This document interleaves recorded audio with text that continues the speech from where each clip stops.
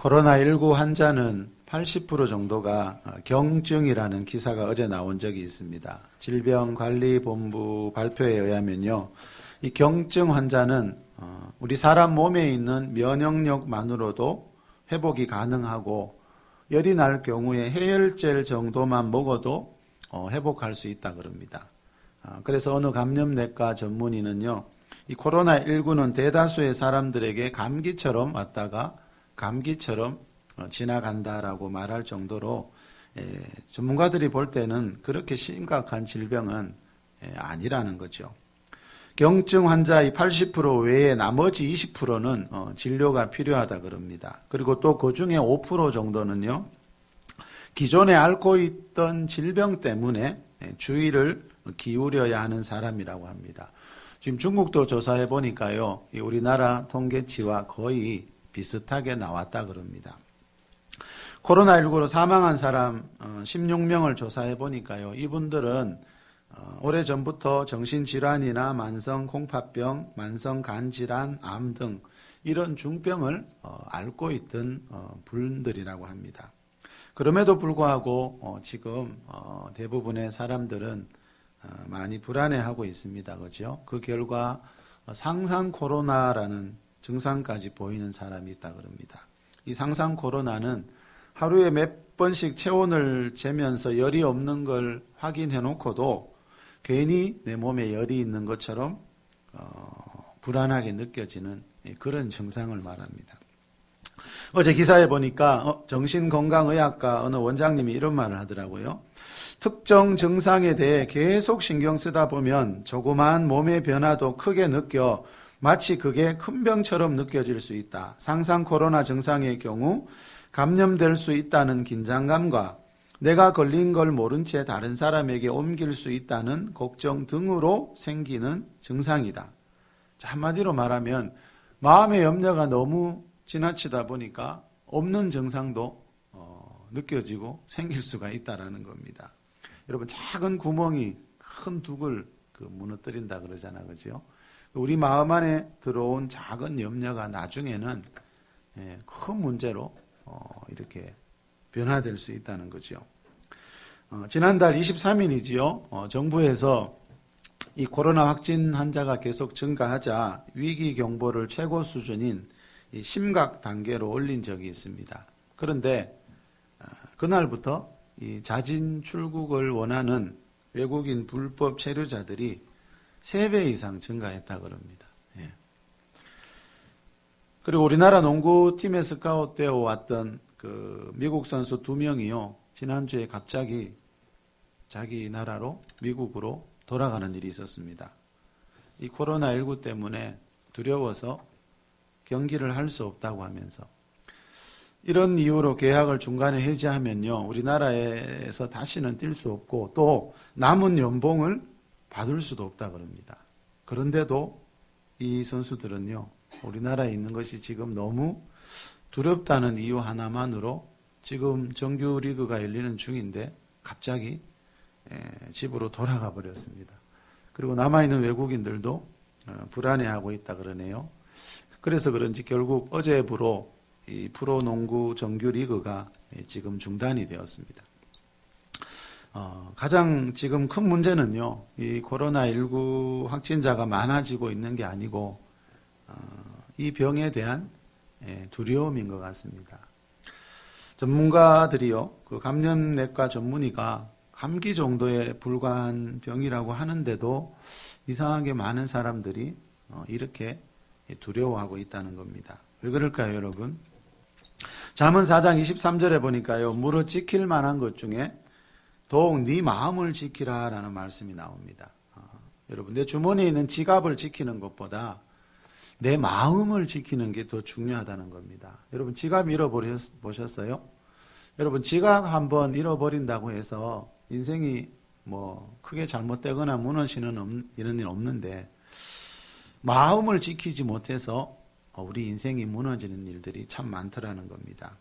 어느 시대든지 여러분, 그죠? 어느 또 나라이든지 우리를 힘들게 하고 또 어렵게 만드는 일은 늘 있어 왔습니다. 여러분, 미국은 매년 총기 사고로요 3만 명이 사망하는 나라입니다. 예. 그런 나라로 돌아간다고 해서 과연 그것이 더 안전한 일인지 잘 모르겠더라고요. 그 프로 선수들은 여러분 보셨죠? 체력이 건장하고 운동으로 다져진 그런 분들인데도 이렇게 두려워하고 있는 것을 보면 요즘 사람들이 많이 불안해하고 있다는 것을 우리가 느낄 수 있습니다. 그런데 안타깝게도 성경에 보니까요, 앞으로 우리가 살아가고 있는 이 세상에는 이런 일들이 점점 더 많아질 것이라고 이미 오래전부터 예언되어 있습니다. 마태복음 24장에 보면 제자들이 예수님께 주의 임하심과 세상 끝에 무슨 징조가 있사오리까라고 물은 적이 있죠. 그때 예수님이 세상 끝이 다가올수록 세상 끝에 일어날 일을 말씀하시면서 사람들의 마음 상태가 어떠한지 사람들의 마음 상태에 대해서 말씀하신 곳이 있습니다. 우리 한번 볼까요? 마태복음 24장 7절에서 10절입니다. 같이 한번 읽어봅시다. 시작. 민족이 민족을 나라가 나라를 대적하여 일어나겠고 곳곳에 기근과 지진이 있으리니 이 모든 것은 재난의 시작이니라. 그때 사람들이 너희를 환난에 넘겨주겠으며 너희를 죽이리니 너희가 내 이름 때문에 모든 민족에게 미움을 받으리라. 그때 많은 사람이 신족하게 되어 서로 잡아주고 서로 미워하겠으며. 7절 우리 한번 읽을까요? 7절 민족이 민족을 시작. 민족이 민족을 나라가 나라를 대적하여 일어나겠고 곳곳에 기근과 지진이 있으리니. 자, 세상 곳곳에 그렇죠? 전쟁이 있고 기근과 지진이 있으리니 예수님이 2000년 전에 이렇게 예언하셨어요. 근데 누가복음 21장 11절에 보면 요 말씀 똑같은 말씀이 나오는데요. 이때 예수님이 한 가지 더 말씀하신 게 있는데 전염병이 추가되어 있습니다. 세상 끝에 일어날 재난의 시작 중에 대표적인 것이 요 네 가지인데요. 민족과 민족, 나라와 나라 간의 전쟁이고요. 그 다음에 기근과 지진과 전염병이 있으리니 그랬습니다. 자, 예수님이 2000년 전에 이렇게 말씀하셨는데 여러분 세상이 지금 누가 봐도 이 길로 가고 있다는 것을 알 수 있습니다. 우리나라는요 지금 여러분 전쟁 중입니다. 1990년에 6.25 전쟁이 발생한 이후에 전쟁이 끝난 것이 아니고 여러분 전쟁을 잠시 쉬자고 휴전을 지금 하고 있는 겁니다. 자, 또 이게 네 가지 중에 기근, 이 기근은 감사하게도 우리나라가 면했습니다. 그죠? 그런데 이 지진과 전염병, 자, 이것은 더 이상 이제 남의 나라 이야기라고 말하는 분들이 없습니다. 그죠?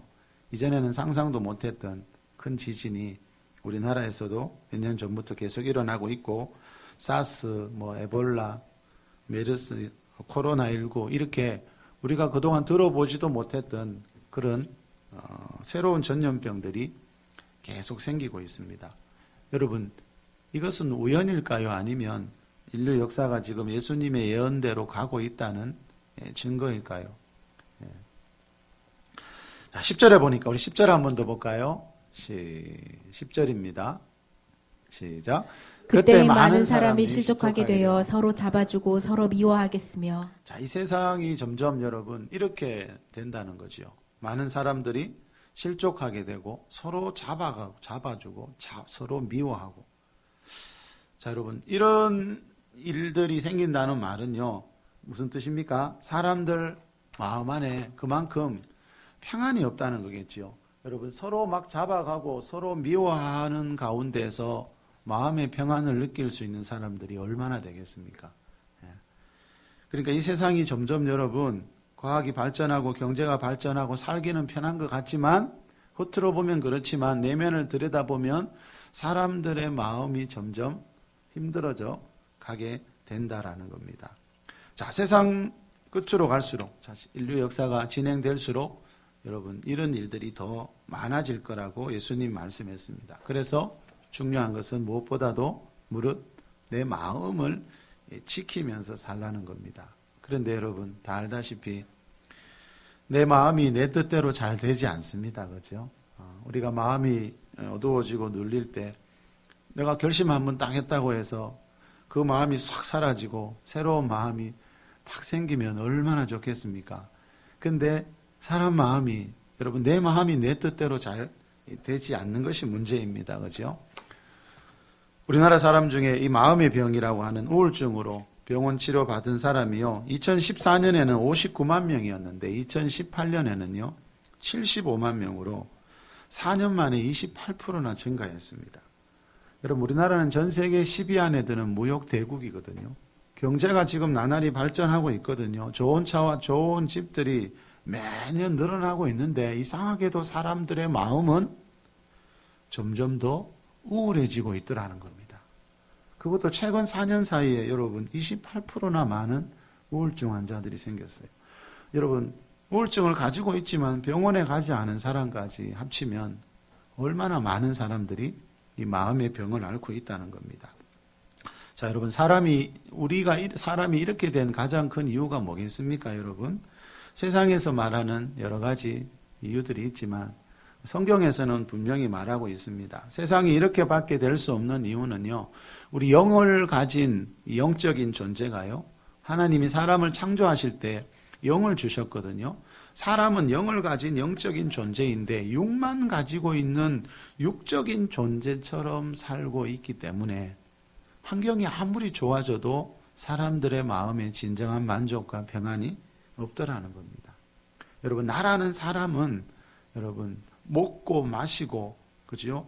그것만을 위해서 이 세상에 태어난 그런 존재가 아니고 영을 가지고 있는 이 영적인 존재라는 것을 모르기 때문에 사람들의 마음이 과학이 아무리 발전하고 경제가 발전해도 여러분 점점 더 어두워지고 있더라는 겁니다. 여러분, 영을 가진 영적인 존재라는 말은요, 사람에게 가장 중요한 것은 영적인 만족이고 평강이라는 뜻입니다. 영을 가진 영적인 존재가 육만 가지고 있는 육적인 일에만 여러분 신경을 쓰다 보니까 아무리 좋은 집에서 좋은 차를 타고 살지만 자기의 근본은 영이거든요. 자기 안에 있는 영이 만족이 없으니까 여러분, 좋은 집, 좋은 차를 산들 그 기쁨이 얼마나 가느냐 이 말입니다. 사람은 그런 것만으로 행복할 수 있는 존재가 아니라는 거죠. 데살로니가전서 5장 23절에 나오듯이 사람은 영과 혼과 몸으로 되어 있습니다. 하나님이 사람을 창조하실 때 영을 가진 영적인 존재로 창조했지만 이 최초의 사람 아담이 죄를 짓는 바람에 그 죄의 결과로 영이 죽었다 그랬습니다. 하나님이 선악과 먹는 날에 반드시 죽으리라 그랬죠. 그렇죠? 그 선악과 먹는 날에 아담의 영과 혼과 몸 중에 영이 죽었습니다. 혼에는 온갖 죄성이 다 들어오게 되고 몸에는 질병과 죽음이 찾아왔습니다. 여러분, 아담의 후손으로 태어나는 모든 사람들은요, 그 아담이 물려준 그 죽은 영을 물려받은 채로 태어나기 때문에 사람은 영이신 하나님을 알지 못합니다. 하나님이 사람을 창조했음에도 불구하고 그 사람이 하나님을 모르더라는 겁니다. 영이신 하나님을 모르는 이유는 그 영이 죽은 채로 태어나기 때문에 하나님을 알 수가 없더라는 겁니다. 다시 말하면 사람은 아담이 물려준 원죄로 인해서 하나님과의 관계가 단절된 채로 지금 태어나고 있다라고 성경은 말씀합니다. 자, 그런데 하나님의 아들 예수님을 믿고 영접할 때 우리가 죄에서 구원을 받게 된다 그랬죠. 자, 죄에서 구원받는다는 말은요, 이걸 분명히 알아야 되는 게 여러분, 죄에서 구원받는다는 말은 죄로 인해 죽어있던 내 영이 다시 살아난다는 뜻입니다. 그게 성경에서 말하는 거듭남입니다. 그리고 이 말은요, 이제 내 영이 예수님 믿고 죄의 문제 해결받아서 영이 다시 살아났다는 말은요, 이제 영이 살아났기 때문에 영이신 하나님과의 교제가 다시 회복되었다는 거죠. 자, 그래서 하나님으로부터 오는 것들을 받아 누릴 수 있게 되었다라는 겁니다. 우리가 얼마 전에 하나님 안에 있는 모든 충만한 것이라는 제목으로 말씀을 살펴본 적이 있죠. 자, 하나님 안에 모든 충만한 것이 있습니다. 하나님의 백성이 되면 하나님이 하나님의 백성들에게 주시고 싶어 하는 게 있다는 겁니다. 그런데 그 중에 여러분, 우리 눈에 보이지 않는 것이지만 아주 중요한 게 있는데 그게 뭔가 하면 바울이 빌립보서 2장 5절에서 말하는 예수 그리스도의 마음입니다. 너희 안에 이 마음을 품으라 곧 그리스도 예수의 마음이니 그랬지요. 자, 이건 하나님의 마음입니다. 그죠? 하나님은 하나님의 백성들이 그리스도 예수의 마음을 품고 살아가기를 원하신다는 거죠. 여러분도 여러분 자녀들이 어떤 마음을 가지고 살아가기를 원하시듯이 하나님도 그렇다는 거죠. 자, 하나님은 우리 그리스도인들이 예수 그리스도의 마음, 예수님이 가지고 있던 그 마음을 가지고 살아가기를 원하신다는 거죠. 여러분은 예수님의 마음 하면 가장 먼저 어떤 마음이 떠오르세요? 여러분 지난주에 마태복음 8장에 나오는 우리 풍랑을 만난 제자들과 예수님 살펴봤지요. 이 예수님 제자들과 타고 가던 배가 여러분 풍랑을 만나 뒤집히려고 할 때 제자들이 배에서 주무시는 예수님을 깨우니까 예수님이 제자들 보고 뭐라 그랬지요? 어찌하여 무서워하느냐 믿음이 작은 자들아 그랬어요. 자, 이 말은 예수님은 무서워하지 않았다는 거죠. 잠에서 깨자마자 지금 풍랑이 몰아쳐서 배가 뒤집히려고 하는데도 예수님은 그걸 보면서도 무서워하지 않았다는 거죠. 그러니까 제자들 보고 어찌하여 무서워하느냐 이렇게 말씀하신 겁니다. 자, 여러분 그리스도인이라면 자, 예수 그리스도의 마음 중에 하나는 뭡니까? 자, 그런 풍랑, 어떠한 풍랑을 만나더라도 그 풍랑 앞에서 두려워하지 않는 게 예수 그리스도의 마음 중에 하나라는 겁니다. 이 말은 그리스도인이라면 그죠? 풍랑을 만났을 때 예수님처럼 그런 마음을 품을 수 있기 때문에 사도 바울이 빌립보 교회 성도들에게 그리스도 예수의 마음을 품으라고 한 겁니다. 자, 근데 중요한 것은 그런 마음을 품기 위해서는 제자들처럼 믿음이 작은 상태에 있으면 안 된다는 거죠. 예수님이 어찌하여 무서워하느냐 믿음이 작은 자들아. 자, 사복음서에 5번 나올 겁니다. 다른 사람 보고 간 게 아니고요. 예수님 안 믿는 사람 보고 간 게 아니고요. 예수님이 자기 제자 보고 믿음이 작은 자들아 5번 말씀하세요. 자, 믿음이 있기는 한데, 그죠? 그 사람의 믿음이 작으면 어떤 풍랑을 만날 때, 환란이 올 때 결국 세상 사람들처럼 두려워하는 건 똑같다는 거죠. 자, 그래서 성경에 보니까 두려워하지 말라는 말이 365번 나온다 그럽니다. 이 말은 하나님은 하나님의 백성들에게 하루에 한 번씩 날마다 무슨 말씀하고 계십니까? 두려워하지 말라. 그 말씀을 계속해서 하고 계시다는 거죠. 다시 말하면 이 세상에는 여러분 이 세상은 천국이 아니기 때문에 우리가 살다 보면 염려하고 두려워할 만한 일들을 많이 만나게 된다는 것을 하나님도 알고 계시고요. 그래서 하나님은 우리에게 날마다 두려워하지 말라. 어찌하여 두려워하느냐. 하나님이 살아계신데 불꽃 같은 눈으로 이 세상을 바라보고 계신데 어찌하여 두려워하느냐. 자, 성경은 이렇게 말씀하고 있습니다. 자, 예수님이 여러분 그 풍랑 앞에서도 두려워하지 않았던 이유는 뭡니까?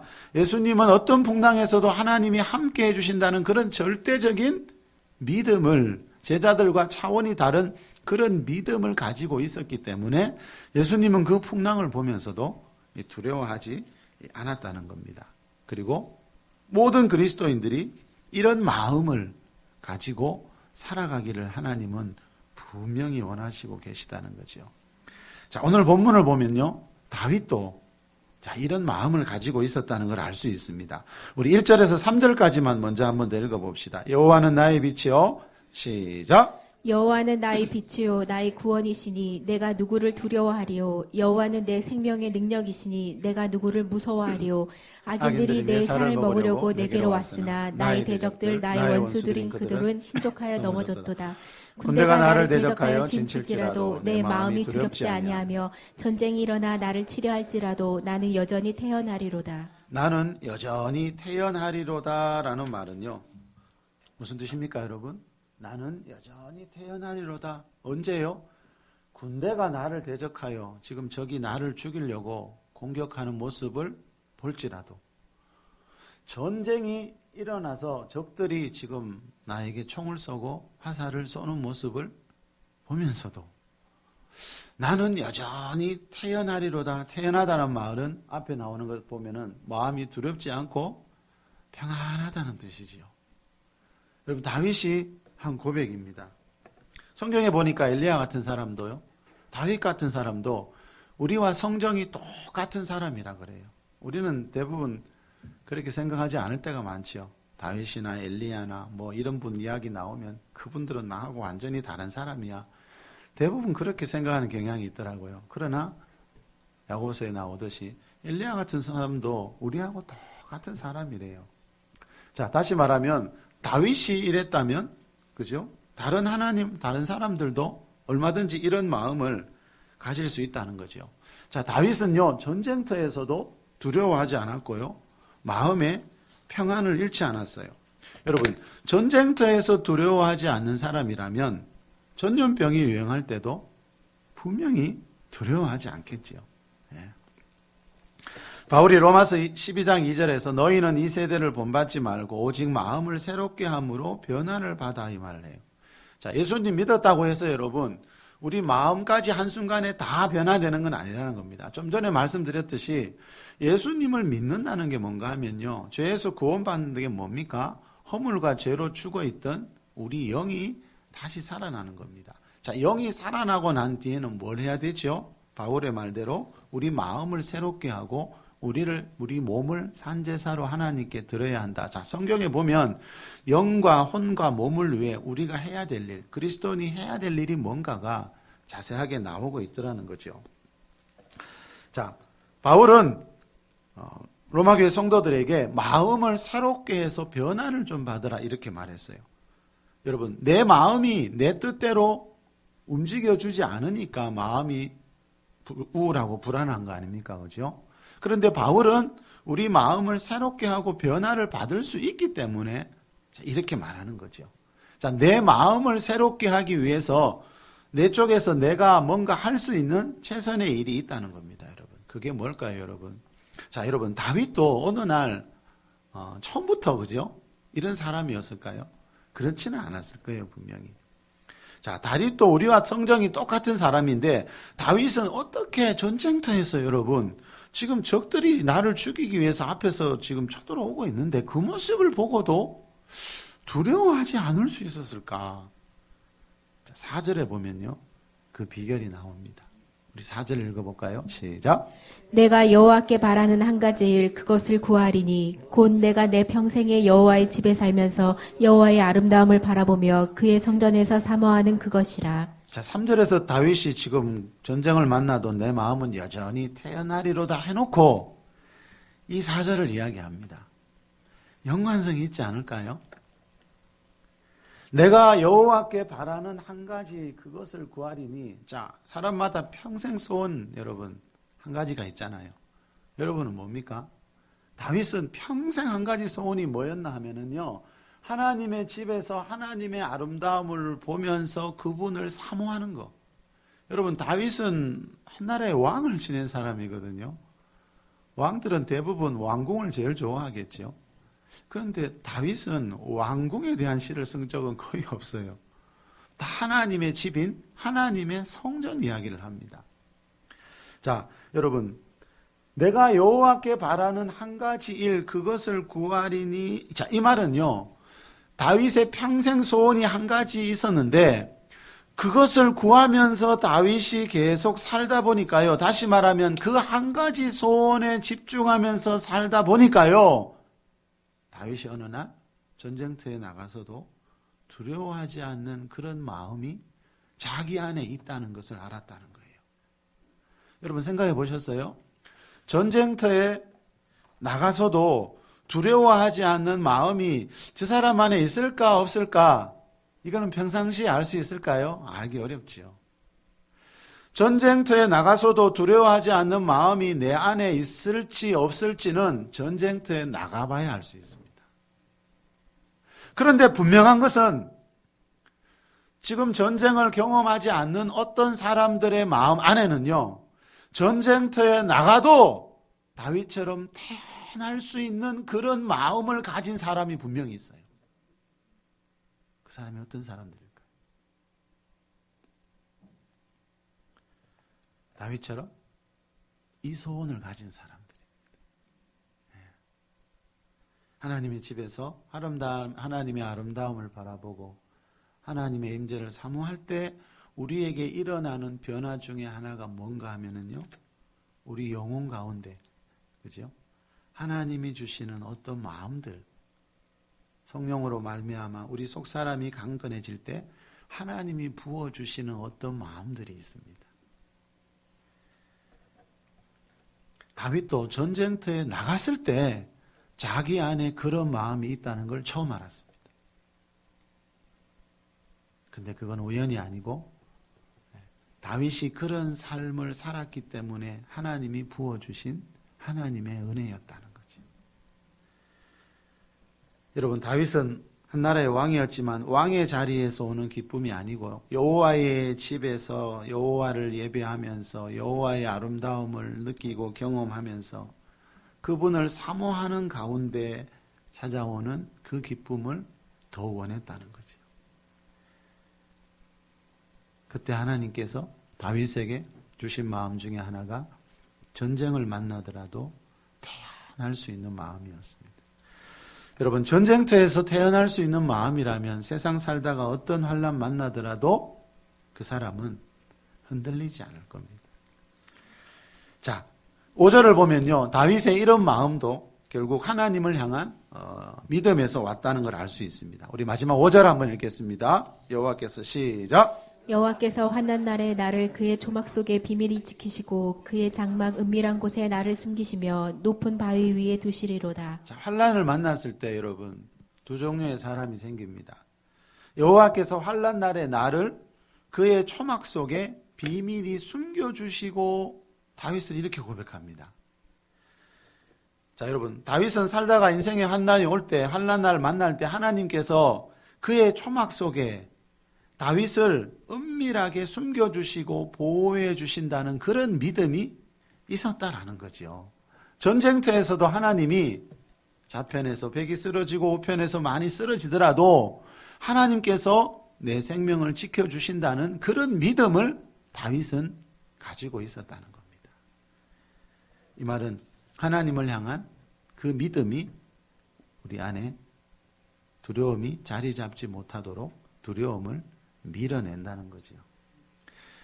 마지막으로 조이스 마이어 목사님이 내 마음은 치열한 전쟁터에서라는 책에서 하는 말 한 가지만 소개해 드리겠습니다.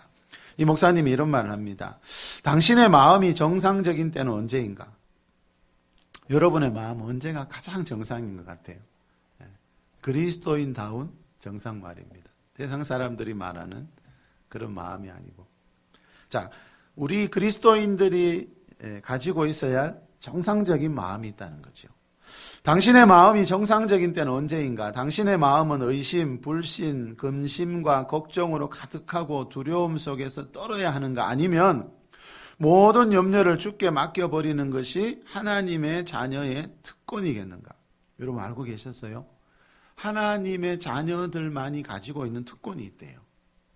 자, 우리가 이 특권을 누리지 않으면 우리도 근심하고 불안해하게 된다는 거죠. 자, 하나님의 자녀들이 가지고 있는 특권이 뭔지 이 목사님은 베드로전서 5장 7절이라고 이야기합니다. 너희 염려를 다 주께 맡기라. 이는 그가 너희를 돌보심이라. 여러분 한번 따라해 보실래요? 너희 염려를 다 주께 맡기라. 이는 그가 너희를 돌보심이라.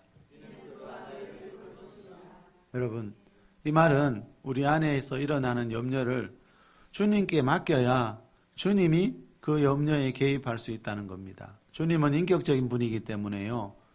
우리 마음에 함부로 막 들어와서, 그죠? 우리 마음을 막 자기 마음대로 정리하고 그러지 않습니다. 그래서 예수님이 라오디게아 교회 성도들에게 너희가 마음의 문을 열면 내가 너희 안에 들어가서 그러지요. 자, 우리가 염려를 주님께 맡겨야 주님이 그때부터 개입하실 수가 있다는 거죠. 그 염려를 내 것으로 계속 붙들고 있으면 주님도 그냥 안타깝게 그냥 바라볼 수밖에 없다는 겁니다. 그래서 베드로 사도는 염려가 일어날 때 여러분 염려하지 않는 사람이 어디 있겠습니까? 그죠? 우리는 들의 꽃과 같은 그런 연약한 인생인데 자, 누구나 염려가 일어난다는 거죠. 중요한 것은 염려가 일어날 때 그것을 주님께 맡기느냐? 그 염려를 내가 계속 품고 사느냐? 자, 그 염려를 맡길 때 그가 너희를 돌볼 수 있다고 성경은 말씀합니다. 여러분, 이 시간에 모든 염려를 주님께 맡길 수 있는 그런 마음이, 그런 믿음이 저와 여러분 안에서 일어날 수 있기를 바랍니다. 다윗이 전쟁터에서도 두려워하지 않았던 것은요, 죽음에 대한 두려움을 하나님께 맡겼기 때문입니다. 고린도전서 1장 3절에 보면 바울이 고린도 교회 성도들에게 이렇게 축복하고 있습니다. 하나님 우리 아버지와 주 예수 그리스도로부터 은혜와 평강이 있기를 원하노라. 자, 하나님으로부터 오는, 주 예수 그리스도로부터 오는, 성령님으로부터 오는 평강이 있다는 거죠. 하나님이 하나님 백성들에게 부어주시는 평강의 복이 있습니다. 우리가 이번 한 주는 여러분, 우리나라가 어려운 가운데 있지만 염려하기보다는 이 나라에 평강을 달라고 기도하면서 나아가는 그런 한 주가 되었으면 합니다. 그리고 그렇게 한 주를 살아갈 때 하나님이 주시는 평강이 여러분의 마음 안에 가득할 수 있기를 우리 주 예수 그리스도의 이름으로 축복합니다.